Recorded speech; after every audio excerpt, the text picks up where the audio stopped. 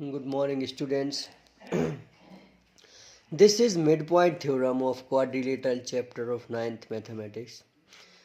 Theorem says the line segment joining the midpoints of two sides of a triangle is parallel to third side. कि अगर कोई भी दो side को mid points को आप ज्वाइन करते हो और उससे जो लाइन मिलती है that is parallel to third side. तो हमने दो मिड पॉइंट लिए हैं डी और ई। मिड पॉइंट का मतलब है ये पार्ट यहाँ से यहाँ तक और यहाँ से यहाँ तक इक्वल है और ये इसके बराबर है।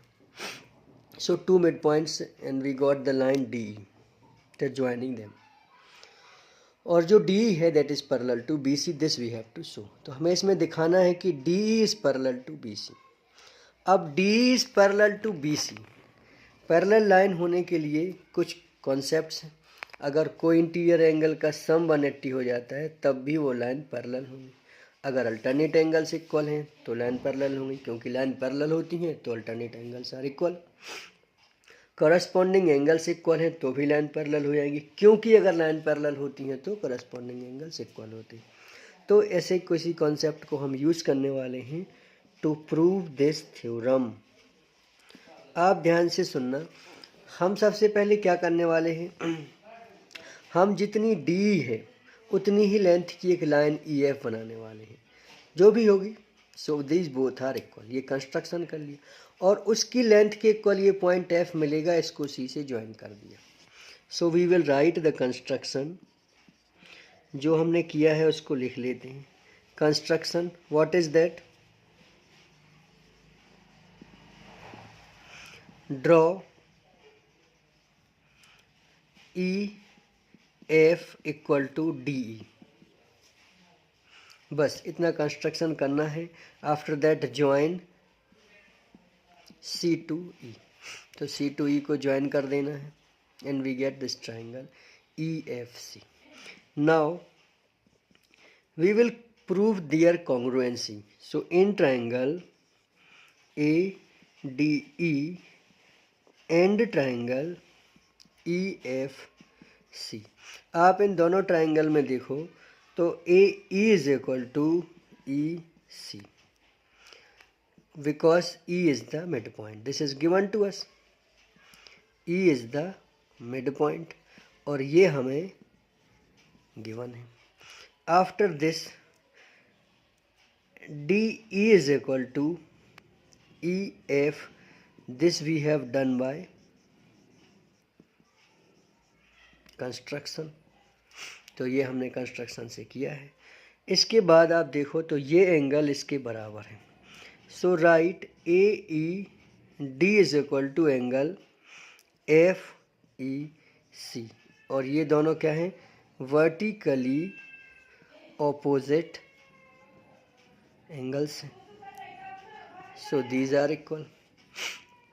अब side angle side of this first triangle is equal to side angle side of this second triangle. So by this SAS these both will be congruent. अब इसकी congruency से हमें क्या फ़ायदा है, D E E F C by SAS congruency axiom. If they are congruent, angle A equal to angle E C F इसके equal होगा, क्योंकि सी पी सी टी से। अब if these two angles are equal, these two are alternate angle, these two angles are alternate for these two sides, so AD will be parallel to CF. So write AD is parallel to CF. Why they are equal? Because alternate angles are equal. As the alternate angles are equal, so lines are parallel. Now as AD is parallel to CF, so this DB is parallel to CF. साथ ही DB is equal to CF.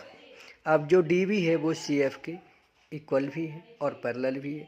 तो अगर quadrilateral में one pair of opposite sides are equal and parallel, then that will be parallelogram. So our quadrilateral DBCF is a parallelogram. और जैसे ही ये parallelogram हो गया, this one quadrilateral, what we say, DF is parallel to BC. ये line इससे parallel हो गई और यही हमें प्रूफ करना था। जब DF पूरी की पूरी पैरेलल है तो DE आधी भी पैरेलल होगी।